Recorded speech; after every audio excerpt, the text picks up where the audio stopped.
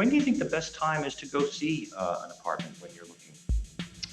You mean in terms of daytime, nighttime? Yes, I mean, because some apartments, they wow. If you see them at night, they've got some phenomenal view of the Well, skyline. a lot of workaholics in New York City, so I will tell you that it's not as easy to see as sometimes, especially during COVID. It's very difficult. Many people didn't want you in the door at all. You just had to do everything by Zoom. So most of the open houses are conducted on Sunday and sometimes midweek, Tuesday, Wednesday nights after work. So that's probably the best time to see the majority of apartments. If you're going to go out, you should really see as many things as you can within your criteria. It's going to make you a more educated buyer and expose you to more things that you might inevitably love and or learn for. So I would say Sunday afternoons or weeknights. Sometimes there's lunch open houses.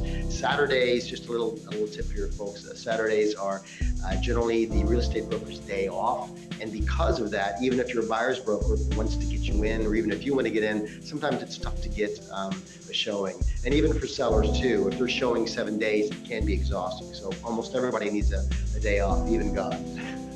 Yeah, that's a nice point to bring up. I think a lot of people don't know that Saturday is kind of the unspoken holiday in that business. So you were talking about going to see as many units as possible. How many apartments do you think a person should look at, or what has been your experience with how many apartments you typically show somebody before they decide, like, this is the one, this is the new home? Well, we're talking about anywhere from 5 to 30 apartments. If you meet me as a broker, if I meet somebody and they say they've been looking on their own, off and on, nothing they've really loved, that's a very common experience. But when you dedicate yourself, let's just say your lease is up in 2 months or 3 months, and you're like, wow, we really want to be out, we don't want to rent again, then quite honestly, you're probably going to want to see at least 15 apartments. And of course, that is subject to supply. Right now, in the current market, there's not a lot of supply. But you're going to want to see enough to where you're going to feel good about your decision. I've frequently gone out with first-time buyers, and we see something amazing the first or second day, and they love it, I love it. I'm like, it's great, it's a fair price, let's go for it. And they're like, I don't know, because they don't trust themselves yet. Inevitably, we see another 5, 10, 15 things. We come back and it's sold. So it's just a matter of trusting yourself. You need to see a certain amount of apartments just to be able to trust your own intuitions. Yeah, I think you've mentioned in the past that, like, when you walk into a place and you feel like this is the one and that magic moment happens, what do you do then? I mean, let's say... Okay, this is good. Now we're getting to the putting the meat on the bones for it. So the offer process. Offer process is pretty simple. In fact, let's put up another slide if we can here. Let's go to, there we go, there's the offer. Hey, it's right there. So a typical offer is either communicated on the phone or an email from your broker. It can also be communicated on text. There's no wrong way to do it. You basically are going to communicate what your offer is for the price. I mean, your prices for the apartment. You're going to let them know how much is your down payment. Again, a lot of people like to put down the minimum, but since interest rates are a bit higher than they used to be, some people may want to put down more of a down payment so they don't have to take as big of a loan. So your down payment will be something else you express. And then in terms of your financing, you're going to ask for a mortgage contingency if you're getting a mortgage, and you're going to say when you can close. It's typical to close in 60 to 75 days if you're getting financing. If you're closing cash, you could close even in 45 days. And in terms of, I just said you should ask for a mortgage contingency. I'm saying that as a mortgage, I'm saying that as a buyer's broker. As a seller's broker, the sellers would prefer that that you do not ask for a mortgage contingency, because if you're going to get a loan, it just adds another degree of uncertainty, another hurdle that you have to pass through after signing the contract before the seller really knows he's going to get his money and close on it. Yeah, it must be a little scary when there is no mortgage contingency on some of these deals because there's a lot at stake. What are great questions to ask a listing broker if a buyer is really interested? I mean, do you have particular questions as we're getting closer, to making an offer on an apartment? Sure. If I was making an offer on your behalf before I even made the offer, especially if we thought it was well priced, I would call the other broker. I would find out the situation. Have you had any deals? Has anything fell apart? What's the motivation of the owners? You also want to know, are there any other deals on the table?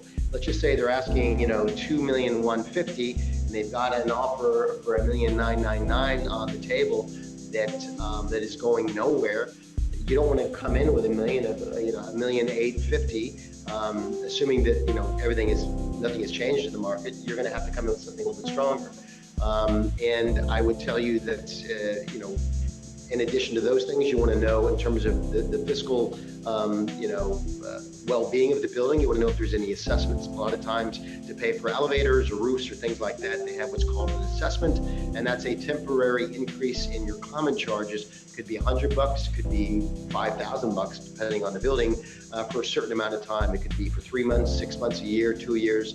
Assessments are something that buyers don't like and sellers don't like, but they're a fact of life, and that's something else that you would ask about. So offers, assessments, extra motivation.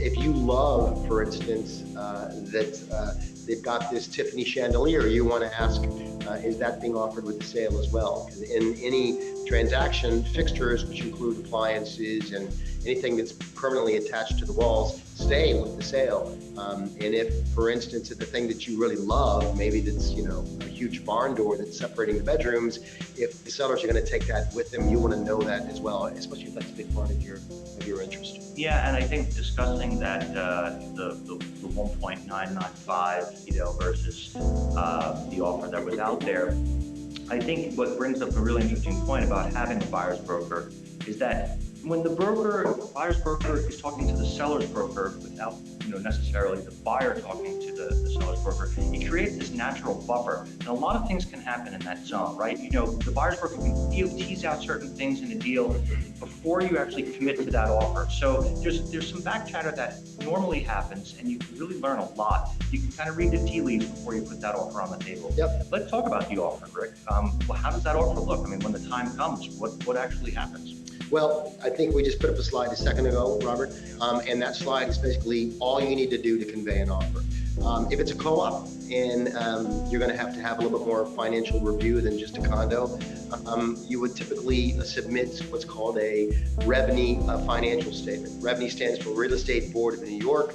It's a standard form that lists your income, your assets, your liabilities. It gives greater clarity to the seller as to your financial strength, because keep in mind, in a co-op, you just don't need to be able to get a loan. You got to pass the board, and depending on the board of the building, some people are going to want much stronger financial portfolios, and other buildings are less stringent. So in a condo, what I just showed on the screen there, just amount of down payment, when you can close, any contingencies, and you'll want to include your pre-qualification letter. That's about it. How long does the negotiation typically take until you actually finalize, like offers accepted? How long have you seen those typically, I would say the average for me on negotiations is certainly less than a week. It's probably 4 to 5 days if there's high interest, because everybody wants to get a deal done, and there's more exposure for an offer that's on the table for more than a few days. Both for the seller and, of course, for the buyer. So I would say a few days is in general, but sometimes people are traveling.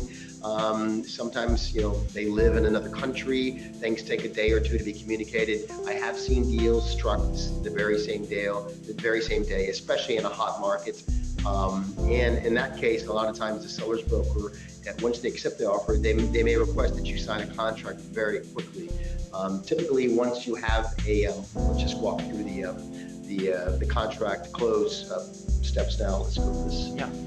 Okay. All right. One more here. Great. So once you have an accepted offer, and this slide you see here is going to pick up after we have signed a contract, but I'll just go through that now anyways. So once you have an accepted offer, there's nothing verbal right now, nothing besides the verbal you need to do, unless they ask you for additional financing resources. So once the seller accepts your offer, then the seller's broker will compile what's called a deal sheet. The deal sheet is going to reflect the terms that were agreed to, what's included, what's not included, when you're going to close, how much down payment you're going to make, those other kind of things, and of course what the price is. It's also going to say what are the current common charges and taxes on the property, so there's no surprises when people go to close. And that'll be the framework that they will give to the seller's attorney. Seller's attorney will take the deal sheet after it's been filled in with both the buyer's info and the seller's info, and they will send out a contract.